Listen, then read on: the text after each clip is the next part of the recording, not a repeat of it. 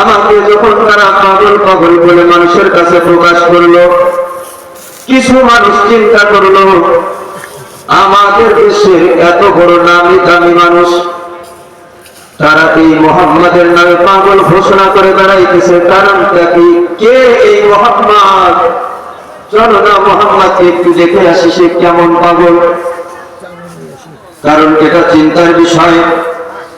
আপনাদের এলাকার নামি দামি ব্যক্তি যদি আমার নামে বদনাম করে, বারাঙ্গুলা মসজিদ করা মসজিদের ইমাম সাহেব মসজিদের সেট মাইক সব কিছু চুরি করে বিক্রি করে দিয়েছে, এটা যদি এলাকার স্বনামধন্য কোনো ব্যক্তির মুখ থেকে বের হয়, আল্লাহর কসম করে বললাম, বিশ্বাস করে আপনি বললে যত মানুষ আমাকে দেখার জন্য আগ্রহ করবে, তার জবান থেকে বের হওয়ার কারণে মানুষ আরো বেশি দেখার আগ্রহ করবে।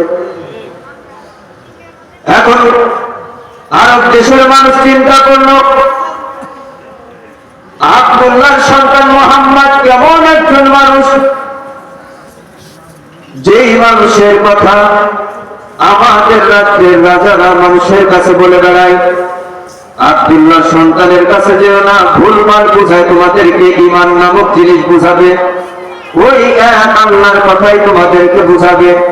তোমরা মুহাম্মাদের কাছে যেও না, যেহেতু এত বড় একজন প্রেসিডেন্ট মানুষ হয়ে আমাদেরকে এই কথা বললো, আমাদেরকে যখন এই কথা বলে, চলো না আমরা দেখে আসি কে সেই মুহাম্মদ। হাদিসে আসছে আল্লাহ রাসূল সাল্লাল্লাহু আলাইহি ওয়াসাল্লাম দাঁড়িয়ে রয়েছেন, ওই সমস্ত মানুষ আল্লাহ নবীকে দেখার জন্য আসলো। সর্বপ্রথম আল্লাহ রাসূল সাল্লাল্লাহু আলাইহি ওয়াসাল্লামের গর্দান দেখলো পেছন থেকে গর্দান দেখার কারণে শত শত মানুষ সাথে সাথে কালেমা পড়ে মুসলমান হয়ে গেল। সুবহানাল্লাহ।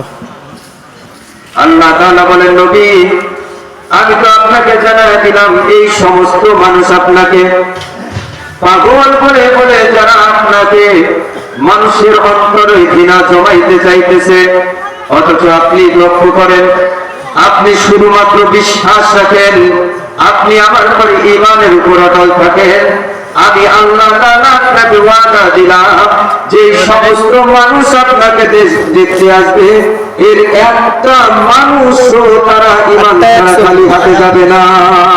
প্রচুর টাইম আছে। ওই যে বললাম না, এলাকার কোন একজন কৃষক যদি বাজার গিয়ে বলে বারাঙ্গুলা মুসলিম পাড়া মসজিদের ইমাম সাহেব শেখ মাহিদ সব কিছু মসজিদে টাকা পয়সা চুরি করে পালাইছে,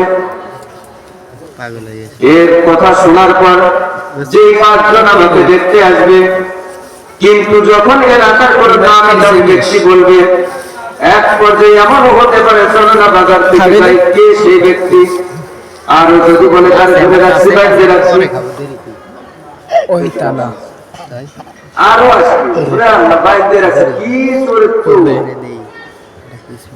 এরাও চিন্তা করলো মুহাম্মাদের নামে এইরকম বলে বেড়ায়, তাহলে কে সেই মুহাম্মদ আর কি তার পরিচয়, এটাই দেখতে চাই। অথচ যতগুলো মানুষ এসেছে আল্লাহ রাসূল সাল্লাল্লাহু আলাইহি ওয়াসাল্লামকে দেখার জন্য, প্রত্যেকটা মানুষকে আল্লাহ তাআলা ইসলামের জন্য কবুল করেছে। জোরে বলেন সুবহানাল্লাহ, আর জোরে বলেন সুবহানাল্লাহ। মুসলমান ভাইরা, যে কথা বললাম, আমার উস্তাদ মুহতামিম সাহেব বলেন, এখন আমি যদি এই কথা বলি তাহলে মাদ্রাসা নষ্ট হয়ে যায়, গ্রামের মধ্যে দলাদলি হয়।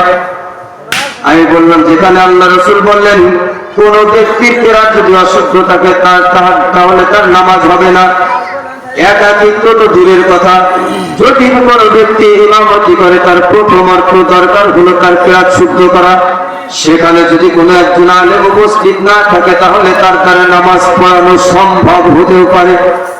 আবার যদি কোনো ব্যক্তি ইমামতি করে, এমন একজন ব্যক্তি ইমামতি করলো তার কেরাত সহিহ না, এর পেছনেও যদি কোনো একজন কেরাত সহিহওয়ালা ব্যক্তি নামাজে দাঁড়ায় তাহলে নামাজ হবে না। এই পর্যায়ে ধরেন একজন ব্যক্তি নামাজে দাঁড়াইলেন, এমন একজন ব্যক্তি নামাজে দাঁড়াইছেন তার কেরাত সহিহ নাই, কিন্তু পাশে যে কয়েকজন মুসল্লি আছে এনার থেকে নরমাল এই সমস্ত মুসল্লি, তাহলে সে নামাজের ইমামতি করতে পারে। কিন্তু দেখা গেল যেই ব্যক্তিটা নামাজের ইমামতি করলো এর থেকে আরেকজন ভালো কিরাত সহি নেওয়ালা ব্যক্তি পাশে দাঁড়ায় আছে। এই ব্যক্তি নিজেকে অহংকারিত্ব ভাবলো, একে কেন আমি নামাজে দিব। এক পর্যায়ে এই ব্যক্তি নিজেই নামাজ আদায় করলো। আল্লাহ রাসূল